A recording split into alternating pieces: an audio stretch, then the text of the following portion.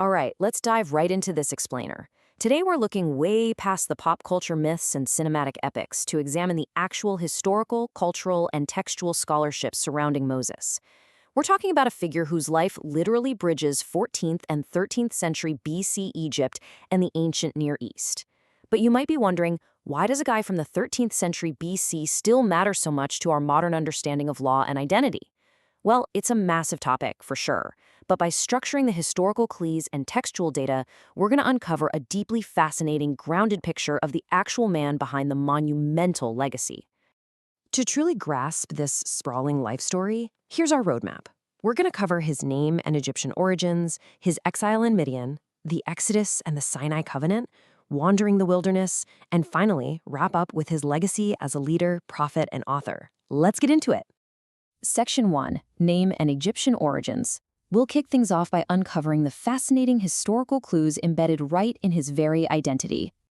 So where does the name Moses actually come from? It's a brilliant question, really, because it immediately highlights the dual nature of his identity. You know, we often take historical names for granted, but the etymology of the name Moses has been the subject of some serious scholarly analysis. Now, this contrast is absolutely fascinating. In the biblical text, his name is linked to the Hebrew word Masha, which means to draw forth. It's essentially a really clever linguistic pun for being drawn from the water. Makes perfect sense for a Hebrew speaker, right? But the majority of modern scholarship points out that the root is actually ancient Egyptian. The word Mose literally just means child or born. We see this all the time in other historical names from that era, like Ramos or Thutmose. So right there, just in his name, we've got this incredible synthesis of his Egyptian environment in his Hebrew identity. But despite that Egyptian naming convention, his biological roots were entirely Hebrew. If you trace his family tree, it reveals clear Levite ancestry. He belonged to the tribe of Levi, specifically the clan of Kohath, through his parents Amram and Jochebed, alongside his siblings Miriam and Aaron.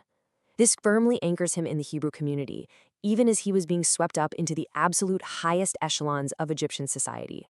And about that royal upbringing, to save him from a pharaonic edict, he was adopted into the royal household. But this wasn't just a life of, lounging around. It was an incredibly rigorous training ground. Modern knowledge of ancient Egypt tells us he would have been raised in the Harim, which was a royal residence where he'd received substantial, high-level training. Ancient records actually show that kids in these royal circles were educated by a top official known as the overseer of the children of the king. And maybe even more importantly, as a Semite in Egypt, he would have been exposed to the Canaanite linear alphabet. That's the Proto-Sinaitic script used by Semitic workers back then. The takeaway here? His Egyptian royal upbringing gave him an advanced education and the exact linguistic skills he needed for his future leadership. Moving right along to Section 2, Exile in Midian. Let's see how a sudden act of violence completely upended his life of privilege. After witnessing the brutal mistreatment of his Hebrew brethren, Moses ended up killing an Egyptian overseer and basically became a wanted man. When Pharaoh found out, Moses had to run for his life. Tracing his flight over the eastern border, we can see a path that closely mirrors other historical accounts of runaway slaves and political exiles from the 13th century BC.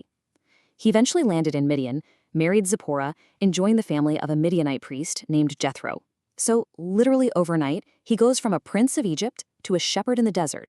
And it was during this exile that everything changed. He experienced the pivotal theophany of the burning bush, which slammed his destiny right back toward Egypt. Now, this wasn't just some call from an unknown random local deity. It was specifically the God of his ancestors, Abraham, Isaac, and Jacob. This profound encounter gave him his ultimate mission: return to the most powerful man on earth and demand the release of his people. Which brings us to Section 3, Exodus and the Sinai Covenant. This is the exact moment the story shifts from a personal biography to a literal national genesis. After a series of plagues that demonstrated complete dominance over the Egyptian pantheon, Pharaoh finally relented. We can actually track the Hebrews' physical journey here, starting near Sukkoth in Egypt, passing through the divided waters, and navigating all the way down the rugged terrain of the Sinai Peninsula until they encamped right at the foot of Mount Sinai. This journey was the physical realization of that burning bush commission. Now, once at Sinai, Moses goes up to receive the terms of the covenant. And I absolutely love contextualizing this part of history. Understanding that the Ten Commandments perfectly mirrored the political suzerainty treaties of the ancient Near East, that really grounds this religious text in a tangible 13th century BC reality. See, in these ancient treaties, a great king, a suzerain, bound a vassal people to himself. The format used for the Sinai Covenant perfectly matched contemporary 14th and 13th century Hittite state archives. It was a diplomatic format the people of that era instinctively understood. For Israel, God was the great king, and the Ten Commandments were basically the stipulations of this treaty. It's essentially an ancient constitutional contract. All right, Section 4, Wandering the Wilderness. Following Sinai, what was originally supposed to be a direct march turns into a grueling, multi-generational struggle. The tragedy of this journey unfolds pretty rapidly. By year 2, they reach Kadesh Barnea and send spies into Canaan. But the people completely rebel in fear. And because of that rebellion, what should have been a relatively short trip morphed into a 40-year sentence of wandering. The original plan was just a direct crossing. Instead, they faced decades of harsh realities, including massive internal challenges, like the twin rebellion of Korah, Dathan, and Abiram against Moses' civil and religious authority. So instead of that direct route, they're forced into this prolonged, incredibly painful detour, navigating all the way around the eastern territories of Edom and Moab. They had to fight off unprovoked attacks from Amorite kings. Finally, after 40 long years, the new generation encamped in the plains of Moab, literally just across the Jordan River from their final destination. And that brings us to our final part, Section 5, Legacy as Leader, Prophet, and Author. Let's take a step back and really analyze his overarching legacy, as well as the fascinating scholarly debate regarding his texts. Because through all of these crises, Moses proved to be an exceptionally patient leader. He constantly interceded with God on behalf of a pretty continually rebelling people. I mean, whether they were complaining about food, water, or just outright rejecting his leadership entirely, his forbearance was honestly incredible. The historical texts repeatedly show him pleading with God to spare Israel, essentially acting as the ultimate mediator between the divine and a very flawed, very human population. Now, when scholars debate whether Moses actually authored the Pentateuch, the first 5 books of the Bible, several historical facts actually line up perfectly. First off, we know literacy wasn't unheard of. Proto-Sinaitic scripts were actively used by Semites in Egypt at the time. Second, his specific Egyptian education in the royal court makes his personal literacy highly plausible. Third, the biblical text itself explicitly claims he wrote down specific itineraries and covenants. And finally, remember those ancient suzerainty treaties we talked about? Well, historically, those covenants absolutely required written records to be placed in a sanctuary.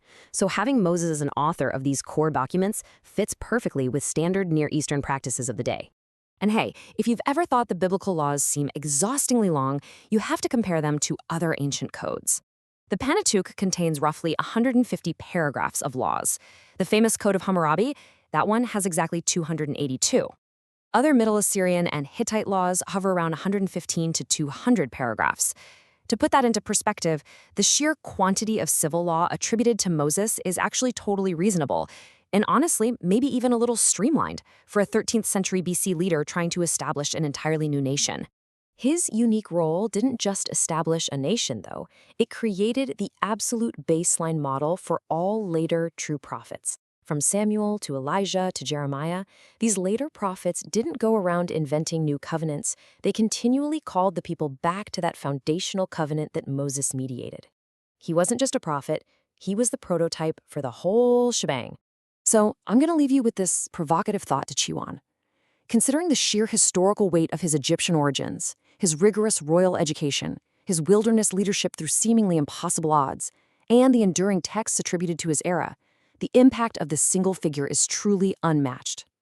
He took a group of enslaved people, gave them a law rooted in the highest diplomatic traditions of the ancient world, and forged an identity that has quite literally outlasted empires. Thanks so much for joining me on this explainer. Until next time, keep exploring the history behind the texts.